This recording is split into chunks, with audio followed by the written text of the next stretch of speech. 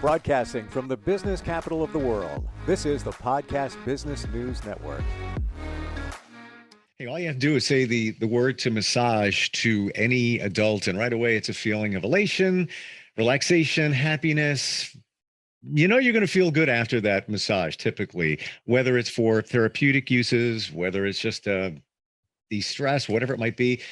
Kind of goes the same way for dogs. Yeah, we found somebody who is an expert at holistic body work for dogs and so much more. And she's back with us. Melanie Amarosa is on the program. Welcome, Melanie. How you doing? Hey, Steve, doing very well. How are you today? Well, yeah. And your company is Happiness4Dogs. And I can't imagine any dog not being happy with massage, because I know mine just comes up to me and they love being pet, but imagine something that's more impactful to help them heal or overcome challenges. You've been doing this for some time. How about some success stories working with some of the animals that you've encountered? Absolutely. So I'm going to start off with a quick one from an event I did yesterday. It was kind of an open house for a local business for a pet supply store. And this Mastiff Pity Cross came in, and he was just amped. It just wired, just full on. And the people that work there know this dog. They brought him over to my area and started working on him. And within a few minutes, he just started to calm down. He laid on the floor, he rolled over, he just really settled in well. And I worked on him for about, 10, 15 minutes. And afterward, the owner commented that she has never seen her dog relax to that level, especially in public. Wow. So that was, it just those little affirmations that you're on the right track, you're doing the right things, you're trusting your intuition. And when you work with an animal, those are the blessings in this business. What makes it different when you work with an animal? So here's one. I don't know if you met this animal previously. Never. Okay. And now you're confronted with some challenges here. The animal has a lot of energy, can't relax, maybe anxiety, especially being in public in a crowd. What are you doing that's really relaxing the animal? So the first thing that you have to do when you work with animals is kind of control your energy. Now, we talked a little bit about the etheric body before. So it's that energy field around us. And that's kind of what we put out to people. And it acts as kind of our bubble. Yep. When a lot of people greet animals, they're all excited, very forward moving, very, oh my God, you're so cute, I want to play with you. And that's invading their space. So when you work with animals, the first thing you need to do is kind of bring your energy field in, condense it around you.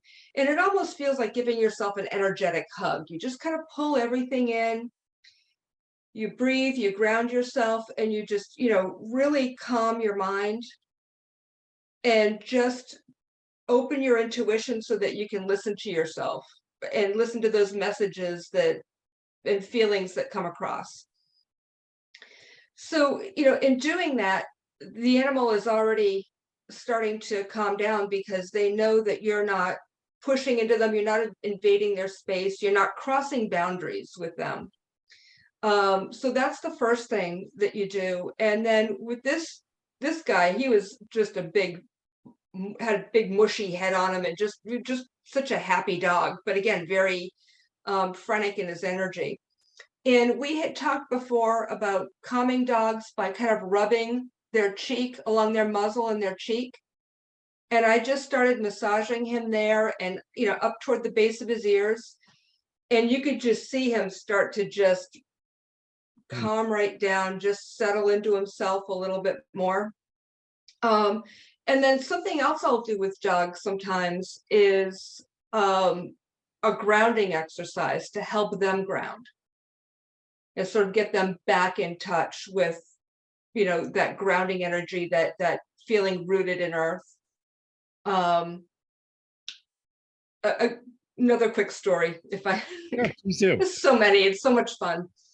I was doing this work with this dog, Cheyenne.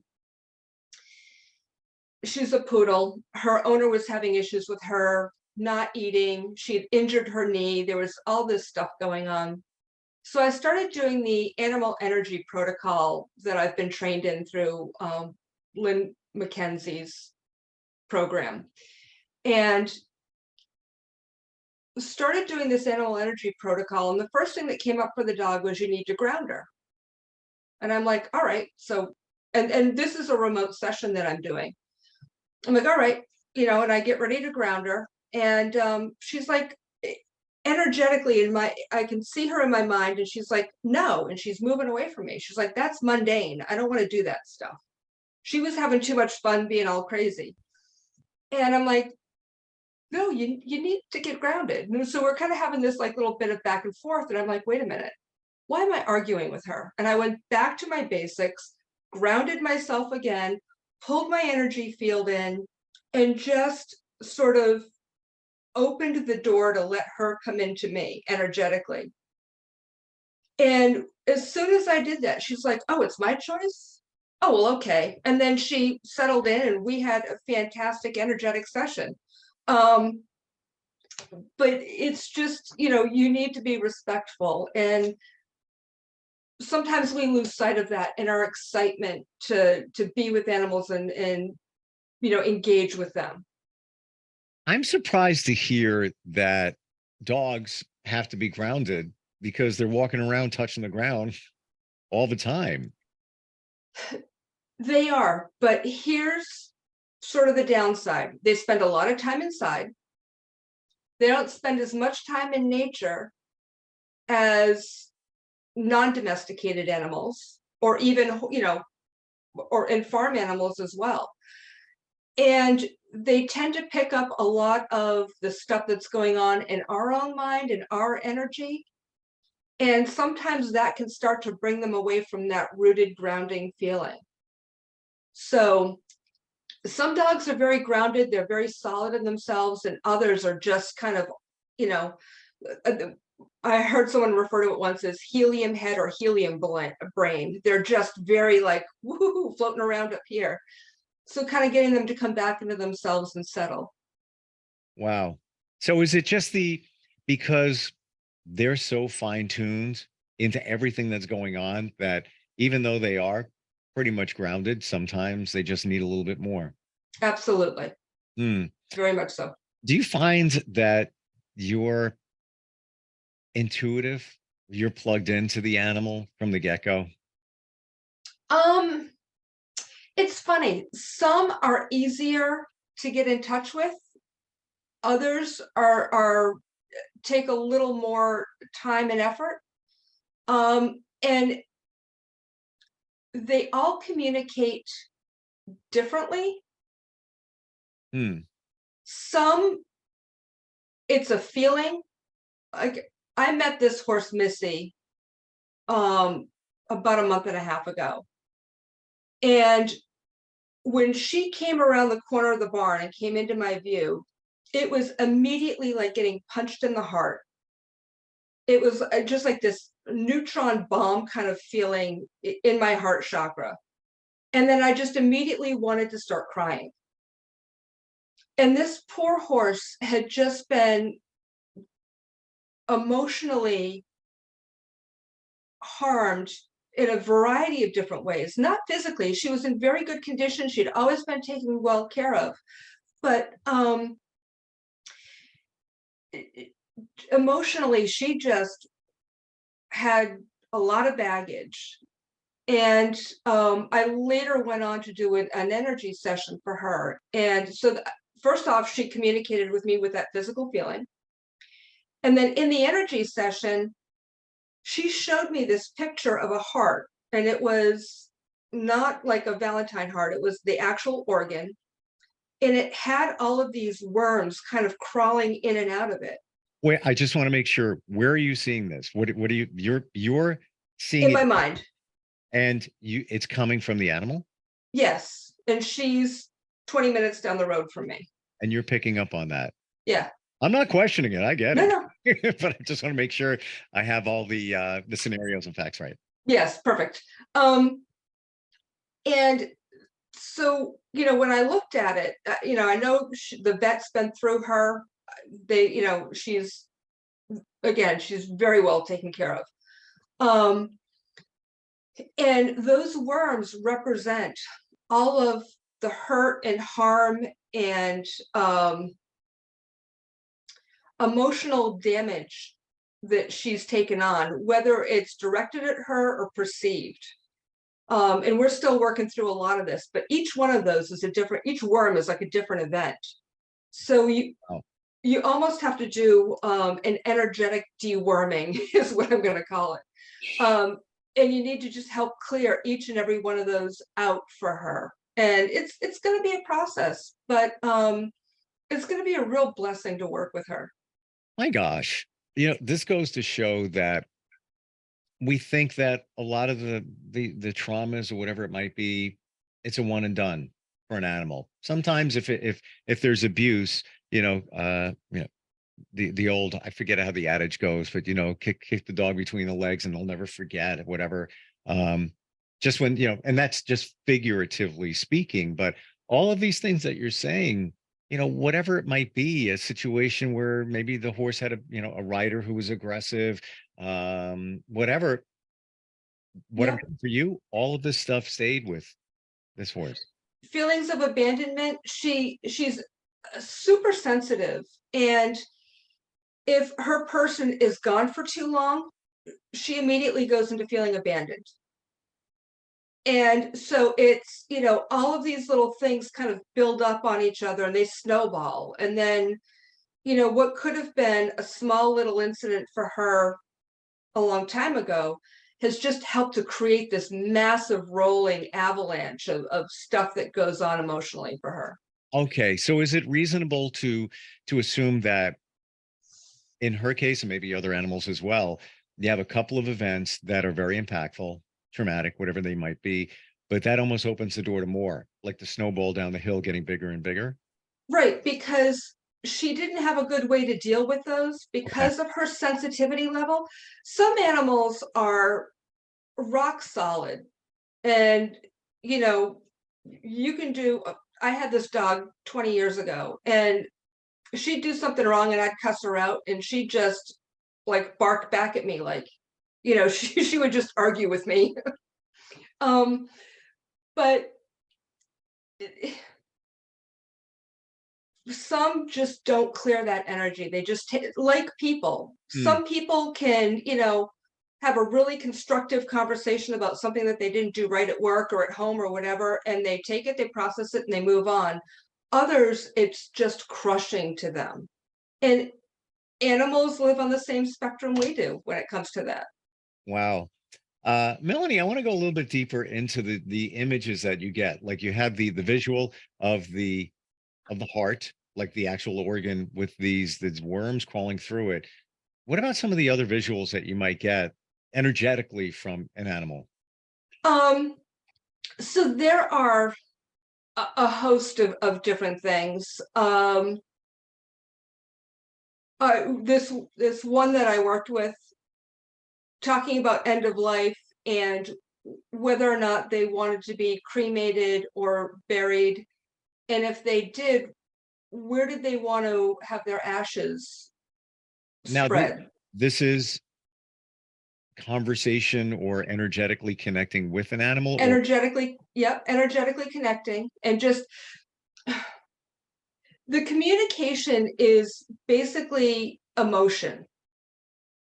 So it's the emotion of the thought, the feeling, and that emotion comes in either visual, a clear knowing sense. It can be sound. It can be physical feelings. So different animals kind of communicate and send their information over in different ways.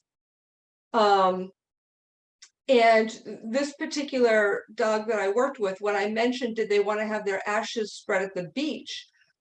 It was a flash of joy and a quick image of a beach. And I'm like, okay, then that's where you want to be. Fantastic.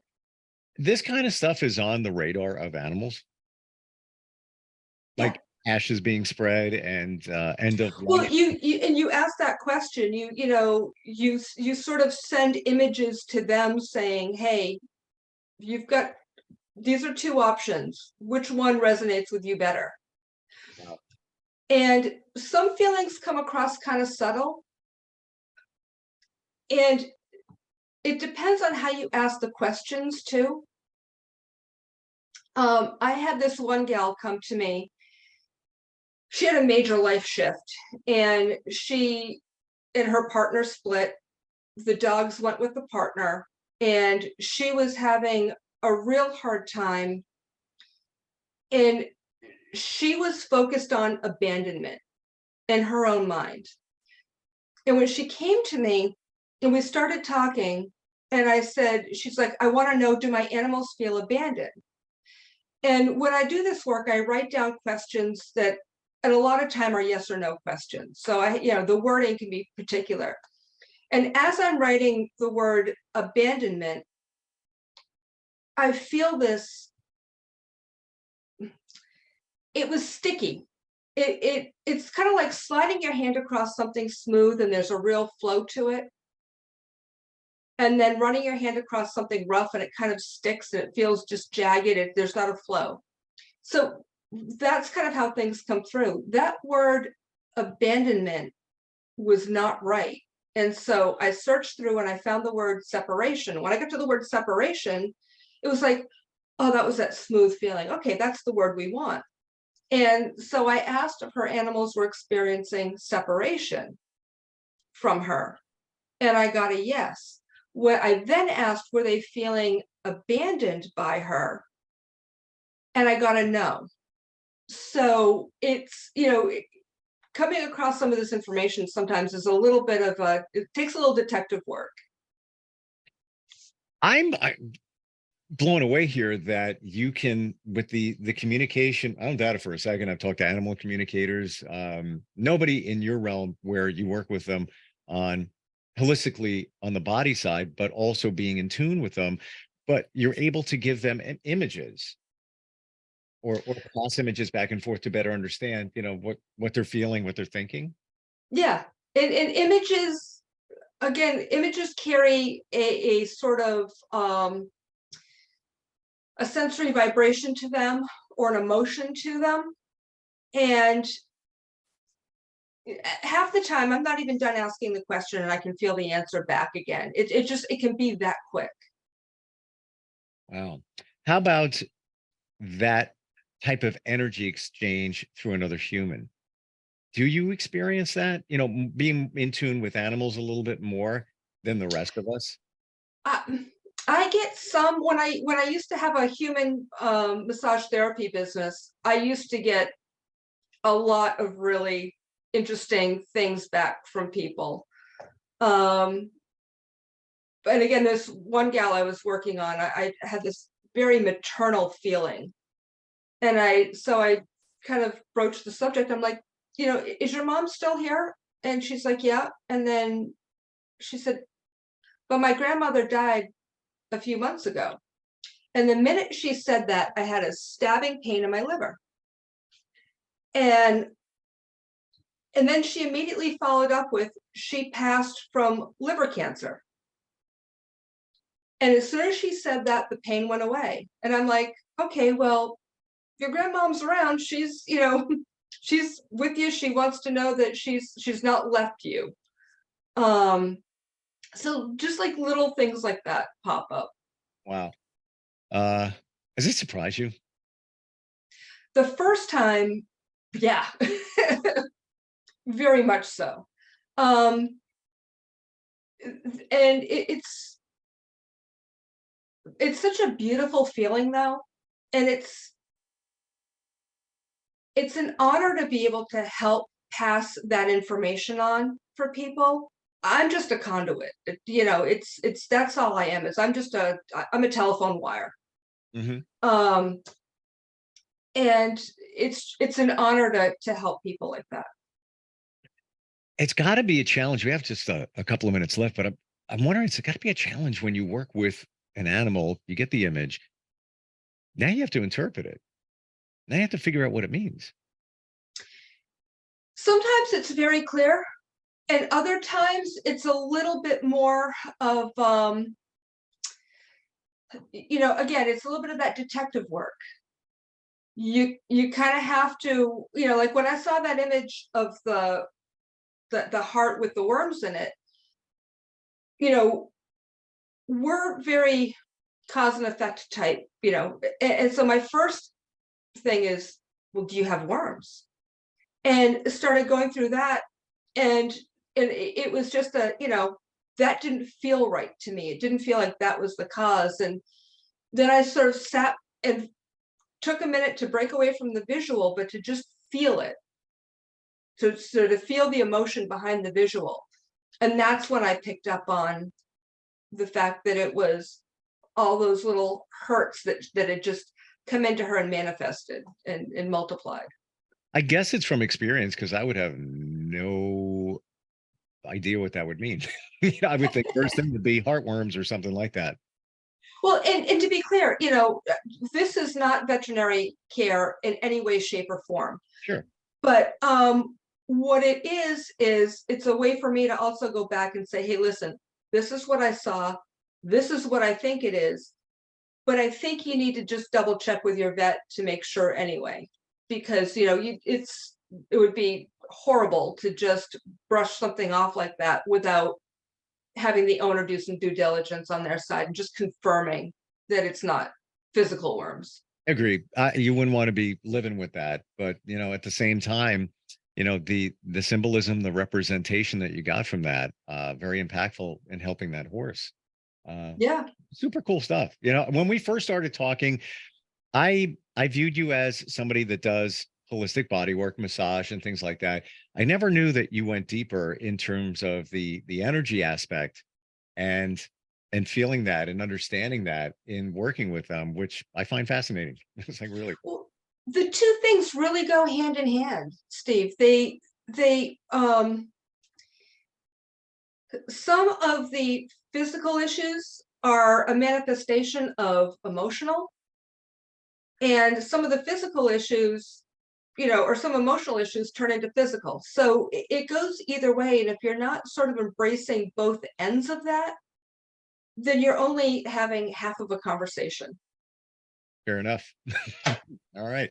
How do we find you? I know it's happiness4dogs LLC.com, the number 4. Happiness4dogs.com. The number 4 is the website. Happiness4dogs LLC at gmail.com. Gotcha. And there's a lot we're unpacking here and a lot for people to understand if it applies to their animal. We mentioned dogs. Yeah. You also mentioned horses. Do you work with many different animals? Right now, it's primarily been horses and dogs, although I have to say I do, when I see an animal, a wild animal on the side of the road that had, an unsuccessful street crossing, I always could sort of send a little blessing out to them, check with them, make sure that they're, moving on, and not just, so I just send them energy and a blessing, and so I do that quite a bit. Animals in our backyard, birds and things. I've not really worked with cats yet, although I've had a couple people recently reach out. So yeah, I mean, just they all want to get in touch with us. Yeah. Well, start the process. If somebody is looking to learn more about what you do and how you can help their animal, specifically dog, heal, yeah, definitely go to the website. Melanie, great talking with you. Learned a lot today. Yeah, thank you, Steve. It's been a lot of fun. I appreciate it. And look forward next time we get a chance to get together. Sounds great. Thanks. We'll be right back. Are you looking for even more of the podcasts and hosts that you love? The Podcast Business News Network is proud to announce that you now have even more ways to listen live. Check out the MyTuner Radio, online radio box, and Simple Radio apps on iOS and Android, or find us online. Search for Business News Network on mytuner-radio.com, or search Podcast Business News Network on streama.com and onlineradiobox.com/US. Take your podcast on the go and don't miss a minute of the action.